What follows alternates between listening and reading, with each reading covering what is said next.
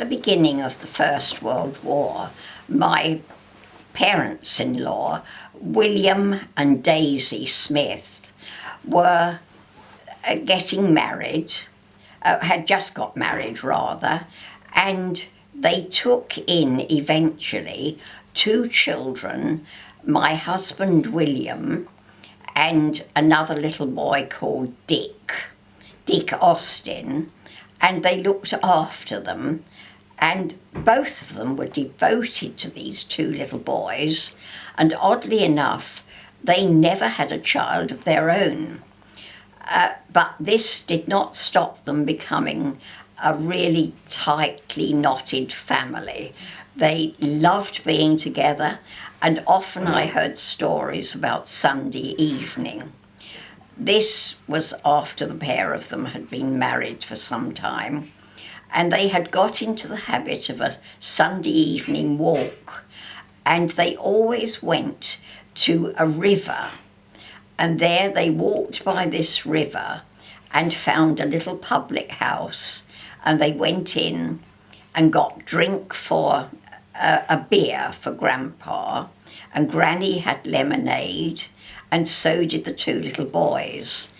And they sat at a table, the parents, just outside, beside the river, with their 2 small boys sitting on the ground. And they did all the sort of things that you think of Christopher Robin doing, getting bits of twigs and having races with them in the water. And at the same time, it came to me that these evenings really meant a great deal to the family, because unlike today, no television. Occasionally people had wirelesses and they listened to them. But, you know, there wasn't all the canned entertainment we get now. They had to make up their own fun. They walked a lot. And one of the things that my husband remembered doing with his father would go to a drop of water, under trees, and there they grew watercress, lots and lots of it, and they used to pick it and take it home, and it was washed, and then they ate it at tea time. And I don't know if you've ever had it, but it has the most beautiful peppery taste. I certainly enjoyed it when I ate it there. When I went to stay with them, I always found it very different to what happened in London, because in London we weren't in the habit of saying the rest of the country was wrong, but they were always telling me, those people up in London, they don't know what they're about. They don't really know how to do anything. They can't cook properly, they can't do this, they can't do that. Half of me was a bit offended, since my family certainly knew about food, and in my opinion, served far more interesting food than my father and my mother-in-law did.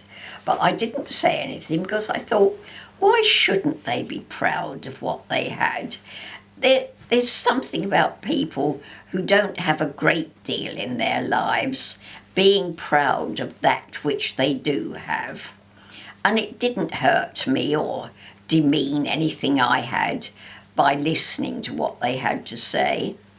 I don't know whether other people would think that's right, but when I think of all the kindness of those people, there was a poor old gentleman who lived near them. They made a friend of him. He was totally alone in the world. Everybody he had died off, and they made him meals. Granny did his washing and looked after his shirts and things. And always they were ready to talk to him when he needed someone to talk to.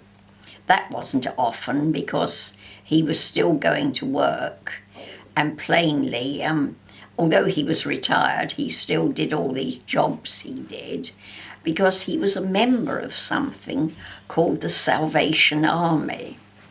And apparently they were people full of good works. They couldn't just live.